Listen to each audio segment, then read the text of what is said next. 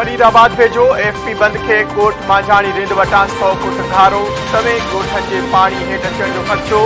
इलाइक़े में खौफ़ ऐं हिरास ॻोठाणनि लॾ पलाण शुरू करे छॾी।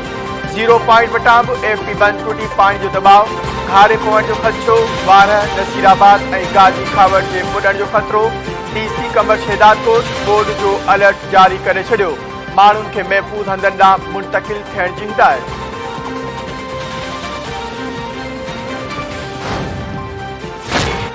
सिंध के मुख़्तलिफ़ शहरनि तोड़े ॻोठनि में घरनि जूं छितियूं ऐं भितियूं किरण समेत धार वाक़िअनि ऐं हादसनि में 33 ॼणा हयातियूं विञाए वेठा।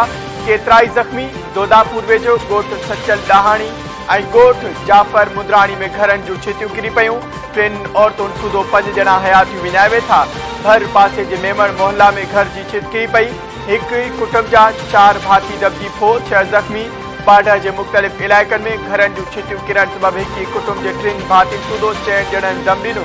कंबर वेझो कोट कोडल मक्सी में घर की छित किरण सबबि 2 मासूम भेनरूं अजल जो शिकार। घोटकी ऐं खानपुर महर में घरनि जूं छितियूं किरण सबबि ॿुढड़ी औरत ऐं नीगरी हयाती विञाए वेठियूं। मधे जी तंगवाणी ककड़ ऐं अकरी चौधरी में 4 ॼणा अजल जो शिकार। केतिराई ज़ख़्मी थी पिया।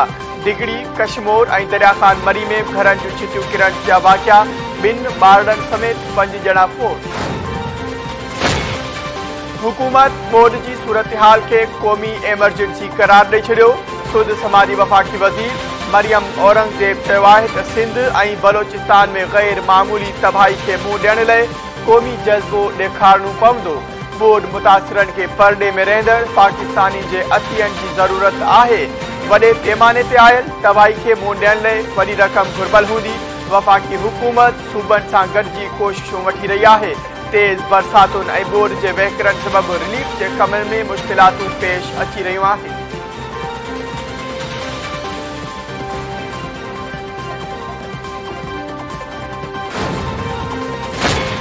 सिंध सरकार बरसात ऐं बोर्ड मुतासिरनि लाइ टेंट सिटी क़ाइमु करण जो फ़ैसिलो करे छॾियो। वॾे वज़ीर सैयद मुराद अली शाह जी सदारत हेठि रेन एमरजेंसी ऐं रेस्क्यू बाबति इजलास, नुक़सान जी सर्वे, रिलीफ के कमनि ऐं मुतासिरनि जी बहाली बाबति गौर वीचार। वॾे वज़ीर इजलास में ॻाल्हाईंदे चयो त हुन केतिरनि ई ज़िलनि जो दौरो कयो आहे। कच्चा घर तबाह थी विया आहिनि। नुक़सान जो काथो यूनियन काउंसिल ज़रिए लॻायो वेंदो।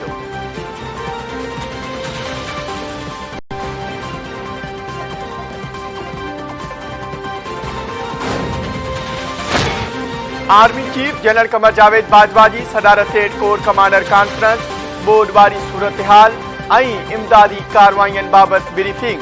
Army chief general Qamar Javed Bajwa चयो आहे त आर्मी फॉर्मेशन बोर्ड मुतासिरनि की हर मुमकिन मदद यकीनी बनाए।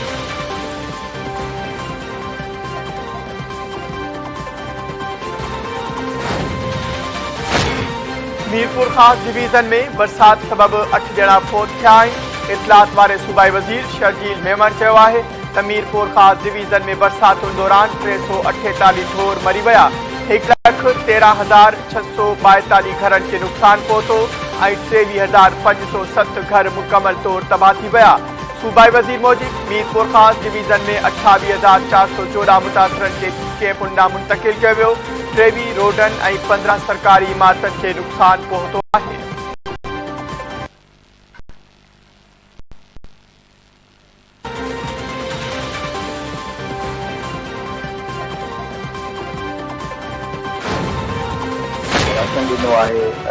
बचियल मानी ॾिनी आहे ऐं मेडिकल कैंप लॻायो आहे।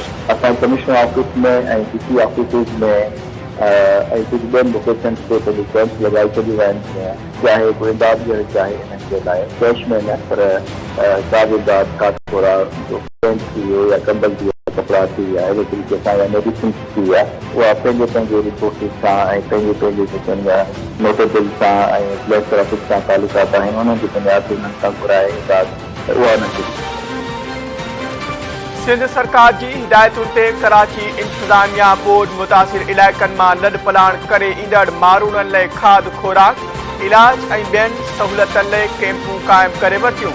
धरती टीवी के प्रोग्राम न्यूज़ रिव्यू में ॻाल्हाईंदे कराची के कमिश्नर इकबाल मेमन चयो आहे त कमिश्नर ऐं डीसी ऑफिसुनि में कैंपूं लॻायूं वियूं आहिनि। जिते मुतासिरनि खे समूरियूं सहूलियतूं फराहम कयूं वेंदियूं।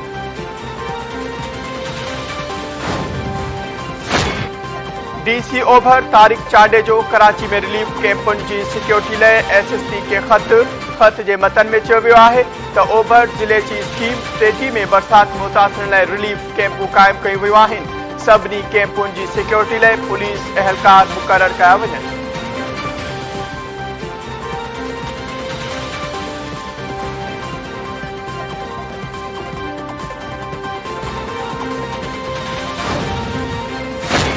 कंडियारी भरिसां सिम नाले खे 30 फुट घारो पाणी शहर ॾांहुं वधण लॻो। ॻोठाणा पंहिंजी मदद पाण तहत घारो बंदि करण में मसरूफ़। ज़िलई इंतज़ामिया गुम, रहवासियुनि लॾ पलाट शुरू करे छॾी।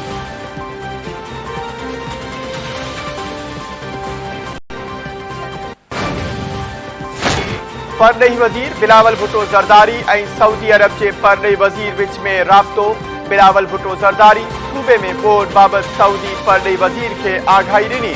संदसि चवणु आहे त बरसातुनि सबबि जानी ऐं माली नुक़सान थियो आहे। पाकिस्तान ऐं सऊदी अरब जा सुठा लाॻापा रहिया। सऊदी अरब ॾुखे वक़्त में पाकिस्तान जी मदद कंदो आहे। इस्लामाबाद जी दहशतगर्दी तौर अदालत धमकियुनि वारे केस में PTI जे चेयरमैन इमरान ख़ान जी उबूरी ज़मानत मंज़ूर करे वरिती। जज राजा जवाद जी अदालत इमरान ख़ान जी 1 सेप्टेम्बर ताईं उबूरी ज़मानत मंज़ूर कई। अदालत में इमरान ख़ान जी पेशी वक़्त सख़्त हिफ़ाज़ती इंतज़ाम, बख्तर बंद गाॾी बीठल रही। AFC ऐं पुलिस जा 400 खां वधीक एहलकार मुक़ररु कया विया। गैर लाॻापियल माण्हुनि जी जुडिशियल कॉम्प्लेक्स में दाख़िला ते पाबंदी लॻाई वई।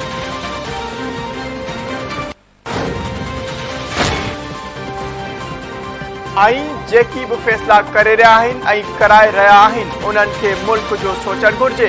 PTI चेयरमैन इमरान ख़ान इस्लामाबाद में अदालत में पेशी बैदि मीडिया सां ॻाल्हाईंदे चयो आहे त सॼी दुनिया हिन वक़्तु पाकिस्तान जो मज़ाक़ उॾाए रही आहे। शहबाज़ गिल ते जिन्सी तशद्दुद थियो। मूं चयो त क़ानूनी कार्रवाई कंदुसि त मूं ते दहशतगर्दी जो केस कयो वियो। ईअं लॻी रहियो आहे ॼण पाकिस्तान बनाना रिपब्लिक आहे। खौफ़ विचाही पंहिंजूं पाण खे बचाइण लाइ पाकिस्तान जो मज़ाक़ उॾाए रहिया आहिनि।